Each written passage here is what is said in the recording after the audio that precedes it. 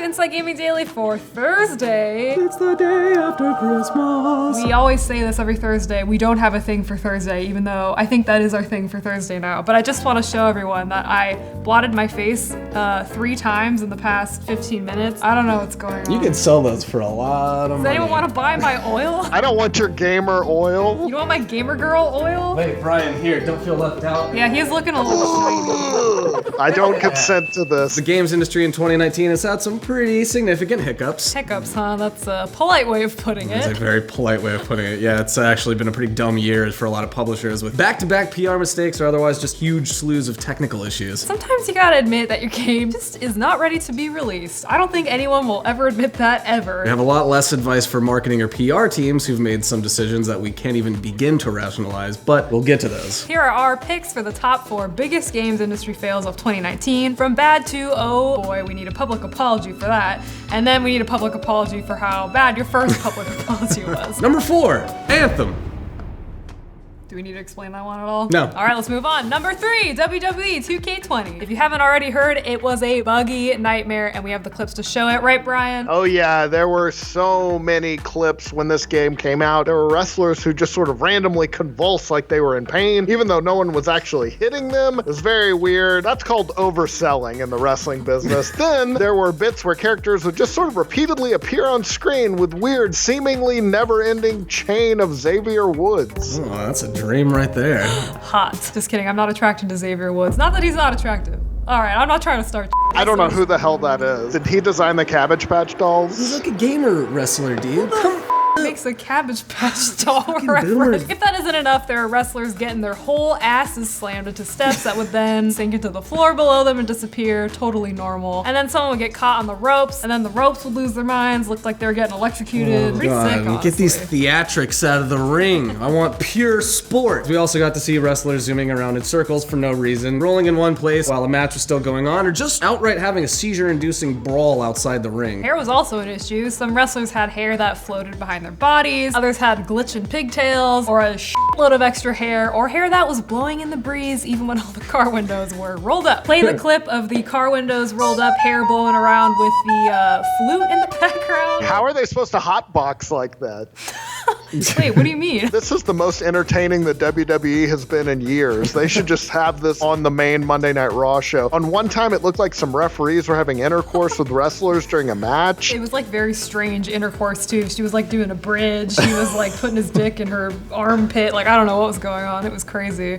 Doing the Tommy Wiseau position where I'm God. banging your belly button. Hey, look, we don't need to detail all of it because that would take 10 minutes and 1 second, which... Jokes about the YouTube algorithm. There were also major issues with the character creation screens and character models in general, plus the game probably looked worse than previous franchise games did. Yeah, John Cena definitely looks a lot better in 2K15 than in 2K20, but in fairness, didn't we all look better 5 years ago? We made this exact joke in our old WWE Did not look video. better 5 years ago. I looked like a little anime boy. I was pretty hot 5 years ago. This giant mesh sparked the hashtag #FixWWE 2K20. Really rolls off the tongue. The game's publisher 2K thankfully did end up responding. What'd they say, Brian? Said we are listening closely to the feedback that's been shared regarding WWE 2K20 and are aware of the concerns some players are reporting. They went on to say we're working hard to investigate these concerns and address them as necessary. We expect to have an initial patch ready in the next 2 weeks. This was a while back. I'm sure they patched some of it by now, but there's been issues still. Brian, you just got so like sad and professional sounding. I feel bad. People paid $60 for this crap. But it was all too late. WWE 2K20 was flooded with bad reviews, stirred up even more controversy when some stores refused to give refunds for it, and apparently even months later is still buggy as hell. New glitches are still being discovered with invisible characters issuing body slams.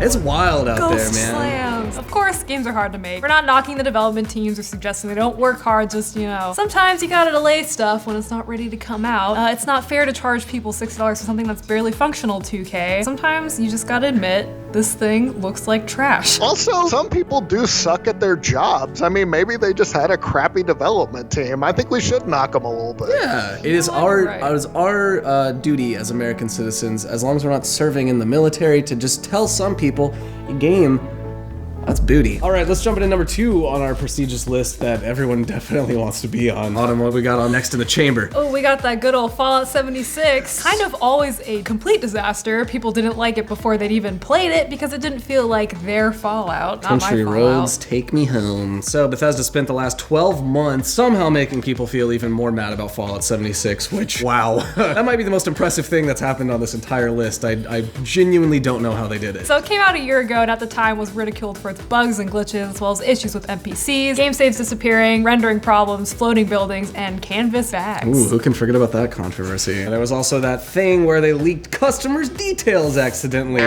Whoops. We've all been there. There's a lot to say and basically none of it's good. Despite all of that, which again isn't even all of it, a very dedicated community has really clung to Fallout 76, right, Brian? Yeah, they tried to squeeze as much fun as they possibly could out of the games because they paid, they invested in it, so they're gonna try to have fun with it. And so Bethesda responded to their loyalty by asking them for more money, like you do. Yeah, bless their hearts. Can we get the roll the flute version of Country Roads? Now, a blog post in October, Bethesda announced a new program called Fallout First, which they called a premium membership that offers something players have been asking for since before launch. A better game. No, I'm just kidding. Private worlds for you and your select friends. But that really turned out exactly as they planned it, huh, Brian? That's right, Vault Dwellers. You and 7 friends can pay to have a whole irradiated, buggy world to yourself, just like you've always wanted. An MMORPG with no players in it.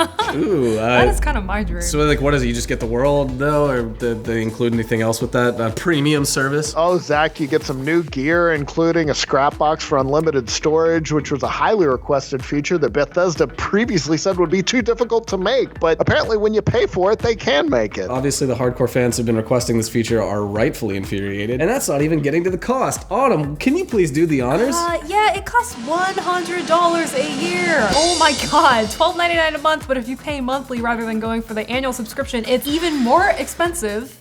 No, that's way too much money to ask for a broken game. I mean, seriously, that's more expensive than Xbox Game Pass, which you can use to play the Outer Worlds for free instead. Thanks, Obsidian. We really miss you in the Fallout universe. There's another layer to this mess though, right, Brian? Yeah, it obviously didn't go down well with players that they were having to pay for a game that they'd already invested a lot in and spent a lot of time supporting. But what's worse is it seems like some features that were supposed to be free are now locked behind that paywall that is Fallout First. People pointed out to a quote that Bethesda VP Pete Hines made last year about the game where he said, "There's always going to be new content, changes in game balance, whatever it takes. And by the way, it's all free after launch. All our content. There's no season pass and no paid DLCs." Yeah, about that. What happened? They also delayed their biggest free update to the game titled Wastelanders, which would bring NPCs into the fold, just back to back, a complete mess of a launch for Fallout 76. I mean, man, it is such a bold move to burn a small dedicated player base when everyone else already hates your f***ing game.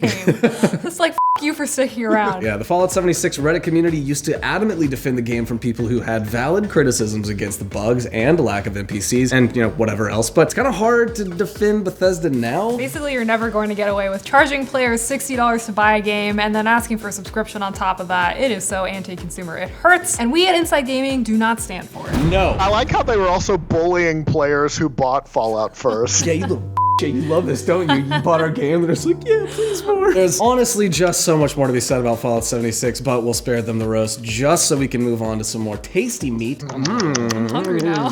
Yeah, Blizzard and the Hearthstone fiasco. Oh man, yeah, this one was a doozy. A bit more about world politics than it is about Hearthstone itself, but it's still a real eye-opener regarding the entire industry. Spoilers, the gaming industry is largely owned by China. You don't say. Well, they've been so good at hiding it until recently. If you still don't know who Tencent is, please look them up quickly. Make sure you're using a VPN and they can't find you. Yeah, but back to Hearthstone's specific fiasco. Politics done caused a censorship in games. It finally happened. Well, it's never happened before. Brian, Nope. tell us a little bit more about this. So most of you probably know about this one, but basically during a stream of the Hearthstone Grandmasters competition, the Hong Kong player Chung Blitzchung Ngwai appeared on an official Taiwanese stream for the game. He was in a gas mask, which was similar to what protesters had been wearing, and at one point he removed it and said, "Liberate Hong Kong," gaming revolution of our age. The two casters who were casting the event quickly ducked under their desk, and the stream cut away to an ad break. God, what a mess. I suddenly want a car. I love that that's just like the thought that will do. It's like Brian starts spewing racist shit. We both just like, go, get out! Blizzard maybe a little unexpectedly didn't take kindly to this. They initially stripped Blitzchung of his prize money for the season, and he was banned from Grandmaster's play for a full year. Blizzard also said they wouldn't work with the two casters anymore, even though they didn't say a word. Brian, what else did Blizzard say? Yeah, so in a statement, they cited an internal rule that said players can't engage in any act that, in Blizzard's sole discretion, brings you into public disrepute, offends a portion or group of the public, or otherwise damages Blizzard's image. So see, this is what happens when you let companies write the rules for themselves. They can censor the shit out of you, and that's what happened right here. Blizzard can basically shut you up for any reason whenever they want because it's such a broad rule. You can argue that pretty much any statement can offend a portion or a group of the public, and I can tell you that I think cereal sucks, and someone will be upset. How f***ing dare you? Think that? Blizzard also added that Grandmasters is the highest tier of Hearthstone esports, and we take tournament rule violations very seriously. After an investigation, we are taking the necessary actions to prevent similar incidents from happening in the future. As a result of all this blowing up in all their faces, people have been boycotting Blizzard. Surprise, there were protests at BlizzCon, and the company was even condemned by both Republican and Democratic senators for the decision. As a response, Blizzard did return Blitzchung's prize money and cut his suspension, but amid sounding apologetic to the West, they said some really contradictory things to China and just thought we wouldn't find out or care. I don't know. Brian, what's the scoop on this mess? Yeah, an official Blizzard account run by the company's Chinese publishing partner NetEase had a much different statement on the Chinese social media platform Weibo. That statement expressed Blizzard's strong indignation of the protest and said it would protect China's national dignity.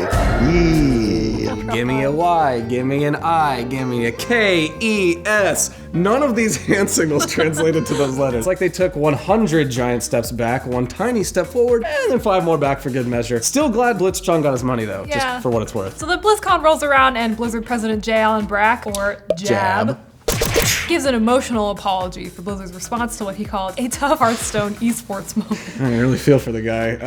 Despite his promises to do better, he said later in an interview that they have no plans to reverse the suspension of Blitzchung for making pro-Hong Kong statements after a tournament. Despite Brack's contrition, Blizzard seemed to be sticking to its guns and hoping that a bunch of new games would shift attention away from a very messy PR situation that it itself created. Yeah, what did he say in his apology? He said, along with some big crocodile tears, "We moved too quickly in our decision making, and then to make matters worse, we were too slow to talk with all of you. We didn't live up to the high standards that we set for ourselves."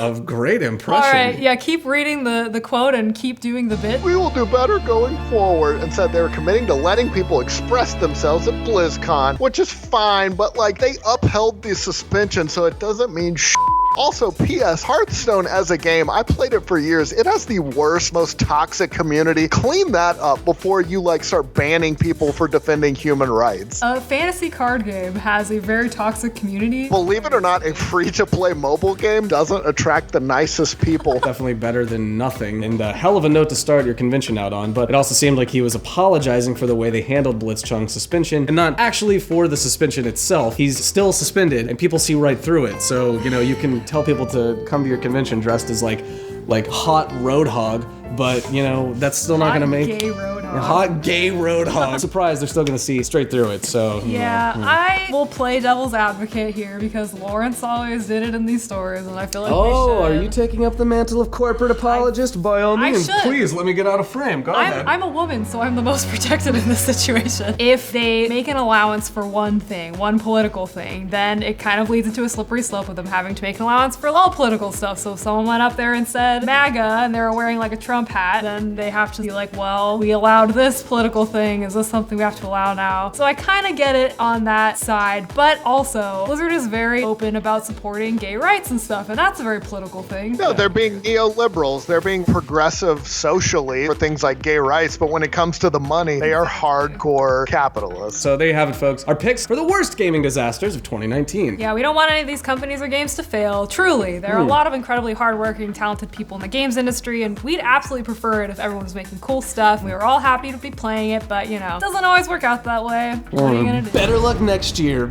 Hard turn on that one. You need to start just aggressively swearing at the audience. Just scaring them at the better luck next year.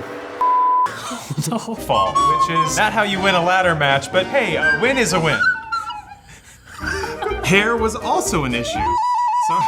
Some wrestlers had hair that floated behind their bodies. Others had actively glitchy pigtails, or lots of extra hair, or hair that blew in the breeze.